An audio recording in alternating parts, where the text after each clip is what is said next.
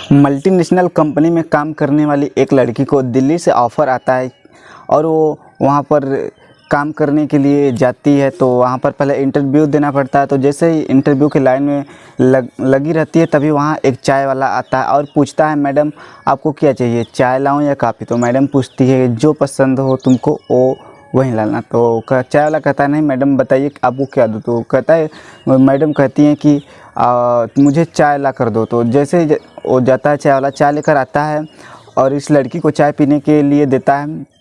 जब लड़की चाय पीती है, चाय पीने के कुछ समय बाद ही उसको नींद आने लगती है। नींद आते आते वह अपनी जगह पर बेहोश हो जाती है। जब उसको 2-3 घंटे बाद होश आता है तो वह अपने को एक बंद कमरे में पाती है और उसके तन पे जो कपड़े थे वे उतार गए थे। उसके पास से एक वृद्ध व्यक्ति, बूढ़ा टाइप का व्यक्ति था, वो भी नग्न अवस्था में था, बिना कपड़ों के।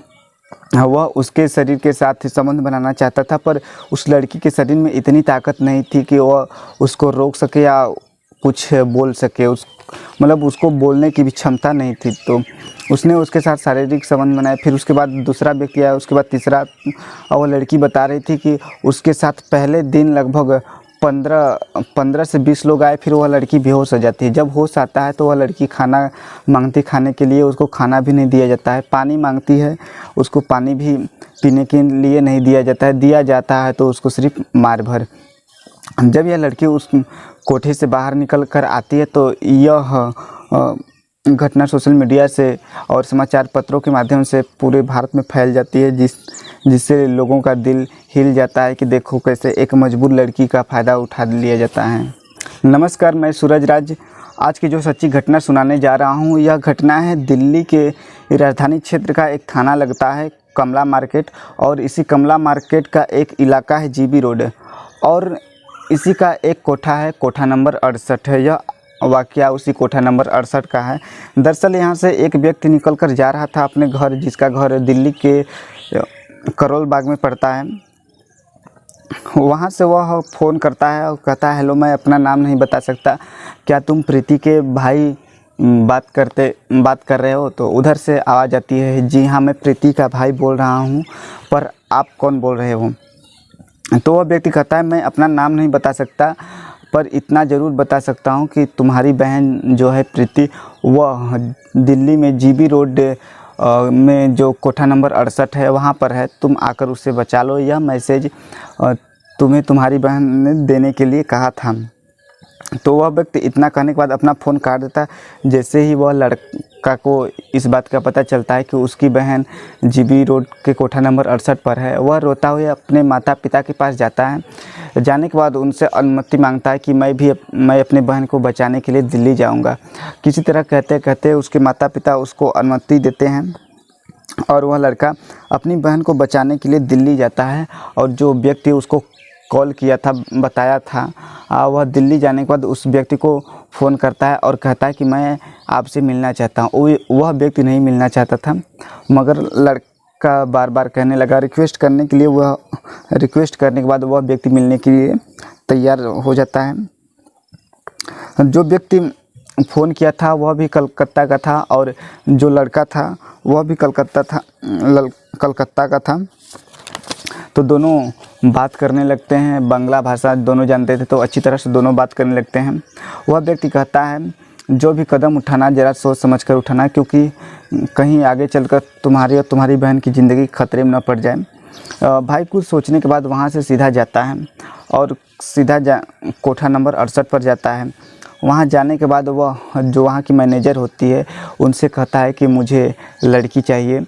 तो वहाँ की मैनेजर, जो लड़कियाँ होती हैं वेश्यावृत्ति का कार्य करने वाली, उनको दिखाने लगती हैं। एक के बाद एक लड़की दिखाती हैं। वह लड़का एक के बाद एक लड़कियाँ रिजेक्ट करता है। तभी मैनेजर कहता है, एक लड़की आई है, अभी नई आई है, 2-3 महीने हो गया, उसकी डिमांड बहुत ज़्यादा है और उसका खर्च भी बहुत ज़्यादा है। तो लड़का कहता है कि अगर उसकी डिमांड ज़्यादा है तो मैं उसे ही पसंद करूँगा, उसको बुलाइए। तो पीछे से आवाज़ आती है, मैडम वो अभी किसी ग्राहक के साथ हैं। तो मैडम कहती कि वो अभी किसी ग्राहक के साथ हैं और तुम्हें उसका इंतज़ार करना होगा। तो लड़का कहता है कि ठीक है, मैं इंतज़ार कर लूँगा, अगर उसका डिमांड ज़्यादा है तो मैं उनका इंतज़ार कर लूँगा। और मैडम ये भी कहती हूँ उसका चार्ज ज़्यादा लगेगा। तो लड़का कहता ठीक है। फिर उसके बाद वह बैठ जाता है और इंतज़ार करने लगता है।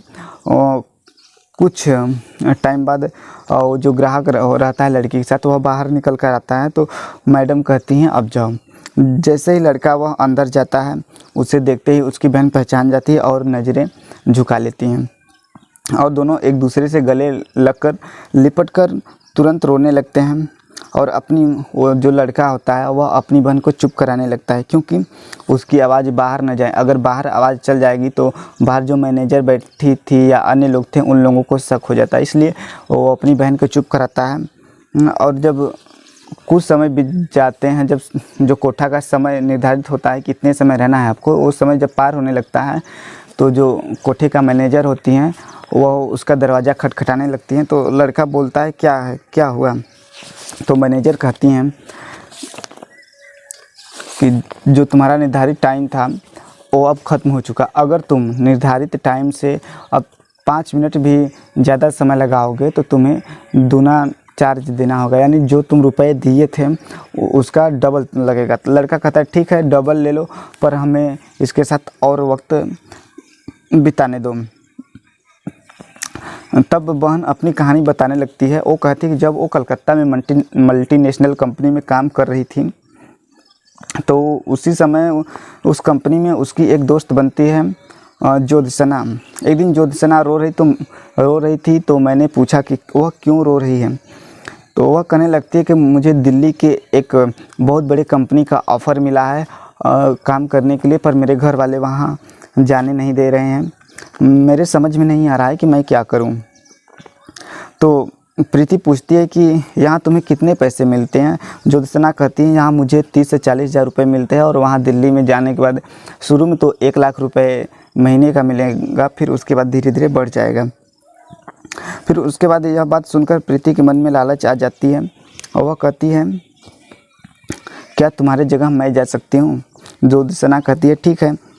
तो वह प्रीति 10 जून 2019 को उसका दिल्ली में इंटरव्यू था, तो उसे रमज़ान नाम के एक व्यक्ति ने अपने साथ ले जाता है। वहाँ इंटरव्यू के पहले चाय पीने के बाद वह बेहोश हो जाती है तथा उसे होश आने के बाद वह पहली बार अपने आप को कोठे पर देखती है। वह आगे कहती है कि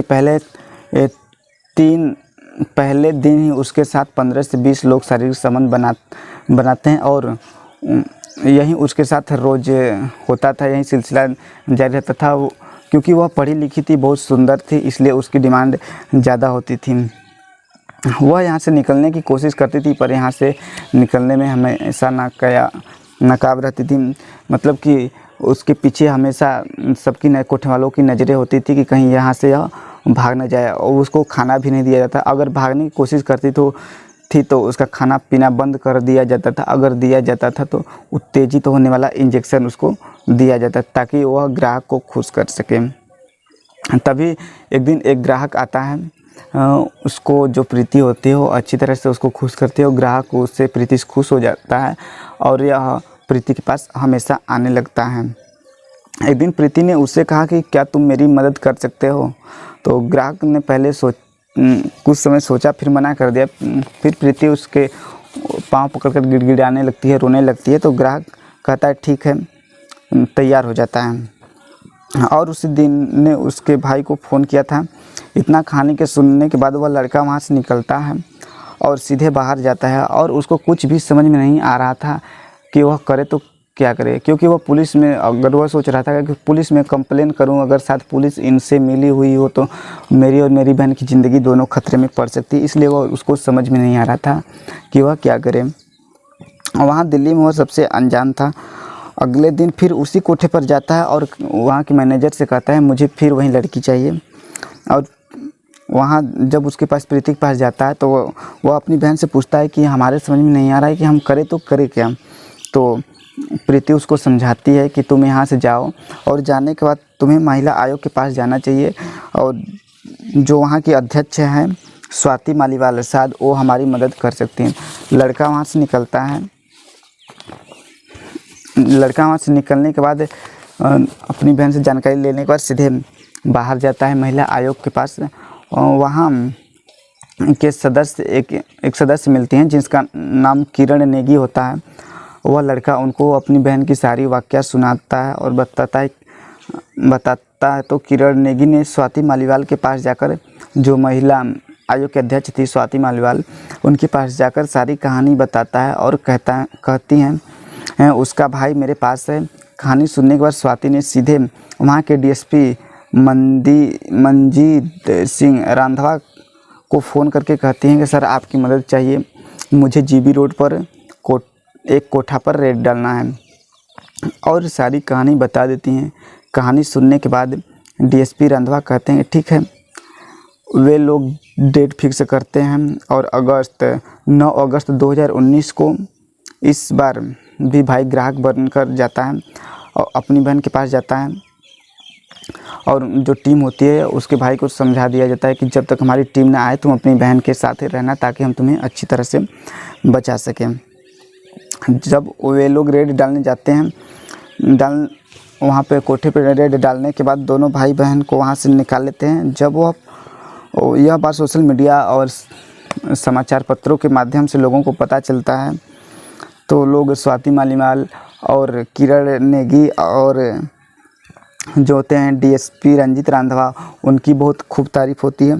और थाने में कमला मार्केट का जो थाना होता है वहाँ पर एफआईआर दर्ज होता है, जिसमें धारा 370 और 376 के तहत कोठे का जो मैनेजर थी इन लोगों के खिलाफ़ मुकदमा दर्ज किया जाता है, और जो लोग लड़की को कलकत्ता से दिल्ली लाने में मदद किए थे उन लोगों को भी मुकदमा दर्ज एफआईआर करके मुकदमा दर्ज कर दिया जाता है। तो यह कहानी सुनाने का हमारा उद्देश्य किसी को ठेस पहुंचाना नहीं, बल्कि लोगों को जागरूक करना है, सचेत करना है। तो इसी के साथ आज की जो सच्ची घटना है वह समाप्त होती है। जय हिंद।